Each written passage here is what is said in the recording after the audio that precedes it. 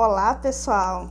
Estamos mais uma vez juntos aqui, gravando mais um Dicas Jurídicas aqui para o canal. Pessoal, hoje o nosso tema é muito bacana, né? Eu procuro trazer sempre temas atuais aqui para o canal.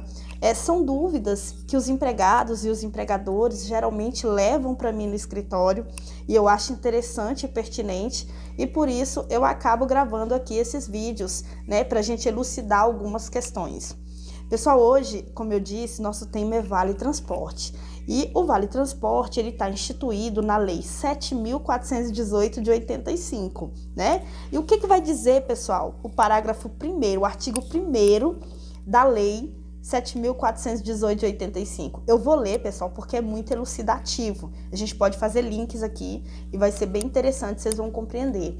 Fica instituído o Vale Transporte que o empregador, pessoa física ou jurídica, repare, não é só o empregador, pessoa jurídica, que está obrigado pela lei a efetuar o pagamento do Vale Transporte. A pessoa física também. Isso quer dizer que aquela pessoa que contrata um empregado doméstico também está obrigada a repassar aquele empregado, se ele fizer uso do transporte público, a gente vai ler mais à frente o que a lei fala sobre isso, ele também está obrigado a repassar os valores do Vale Transporte. Isso é muito interessante, porque às vezes a pessoa pensa, é só a empresa, doutora, que tem que pagar o Vale Transporte? Eu digo não, que você é contratado e tem custos de locomoção, a empresa ou a pessoa física tem que custear os valores do Vale Transporte. Continuando, pessoal, olha que a lei fala, antecipará ao empregado para a utilização efetiva em despesas de deslocamento, residência, trabalho e vice-versa.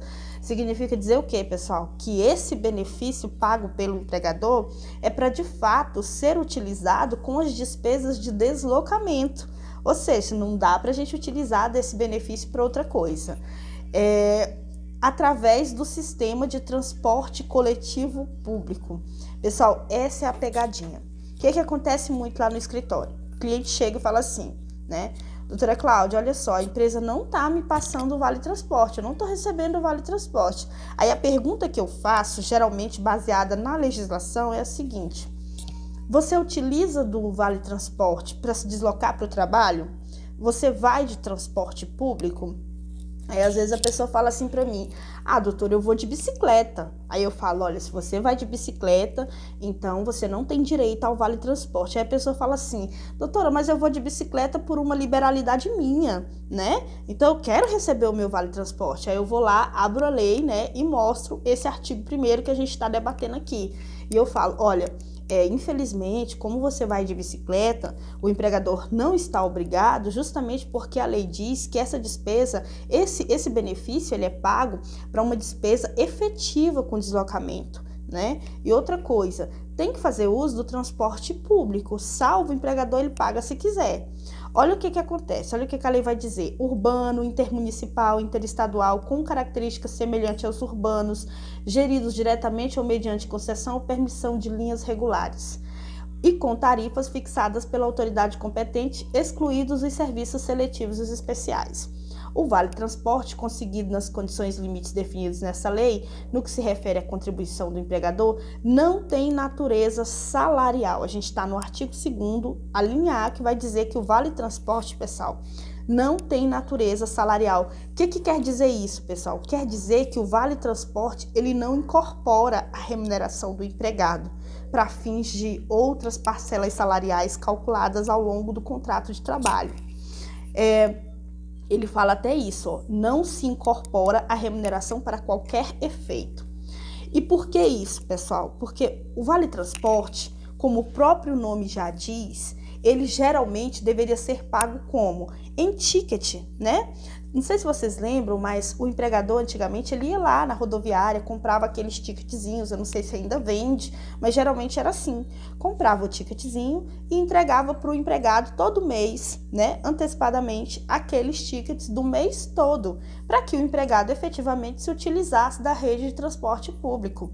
certo? Essa era a forma correta para evitar o quê, pessoal? Para evitar a incorporação na remuneração, porque a depender da forma como o empregador faz o pagamento desse benefício, o empregado pode entender que ele incorpora, mas na verdade ele não incorpora para nenhum efeito, a título de verbas ou parcelas salariais ao longo do contrato de trabalho, como eu acabei de falar para vocês, né?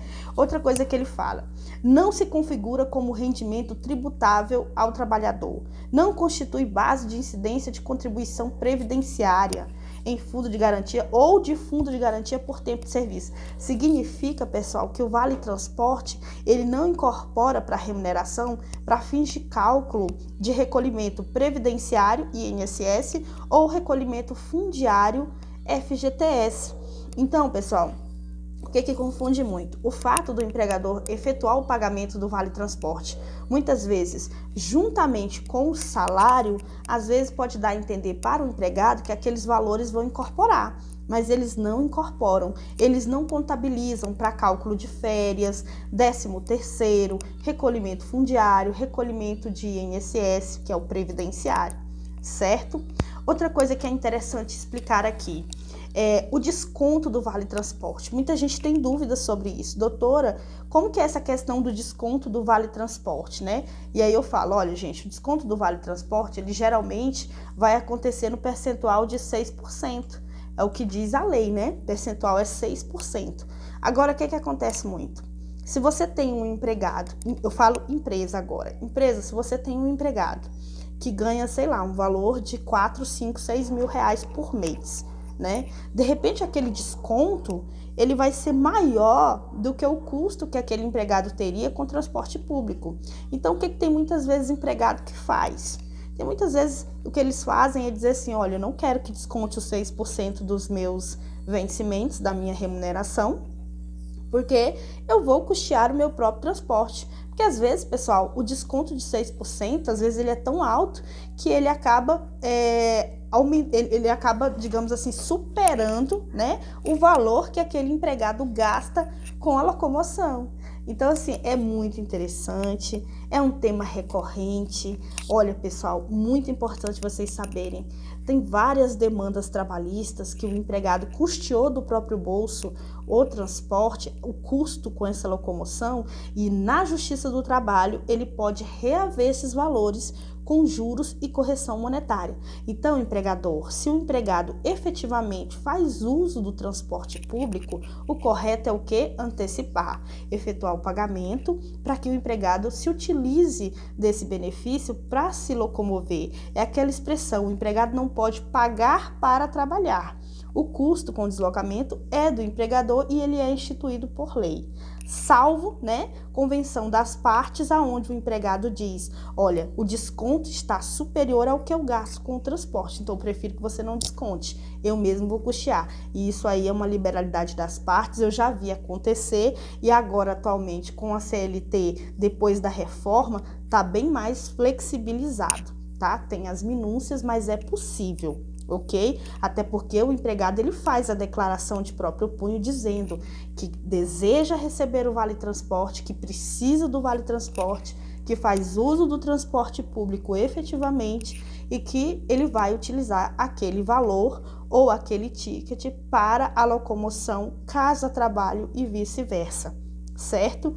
Eu já vi também na Justiça do Trabalho pessoas que entraram na Justiça requerendo o pagamento do Vale Transporte com juros e correção, porque o empregado pode fazer isso, a própria lei diz, né? Está instituído o Vale Transporte para isso. E aí o empregador vai lá e junta registros de câmera da pessoa chegando e indo embora com a motocicleta, com a bicicleta ou com o veículo próprio, seja ele qual for. E aí o juiz nega. Pessoal, espero que vocês tenham gostado do Dicas Jurídicas de hoje. Entendo que é um tema recorrente, vale a pena a gente trazer aqui para o canal. Se você gostou, deixa seu like. Se você gostou muito, comenta. Se você ficou com dúvida, tira sua dúvida aqui com a gente, tá? E se você acha que isso pode fazer a diferença na vida de alguém que você conhece, compartilha nosso vídeo, tá bom? Me segue lá no Instagram e aqui no YouTube. Muito obrigada e até o próximo vídeo.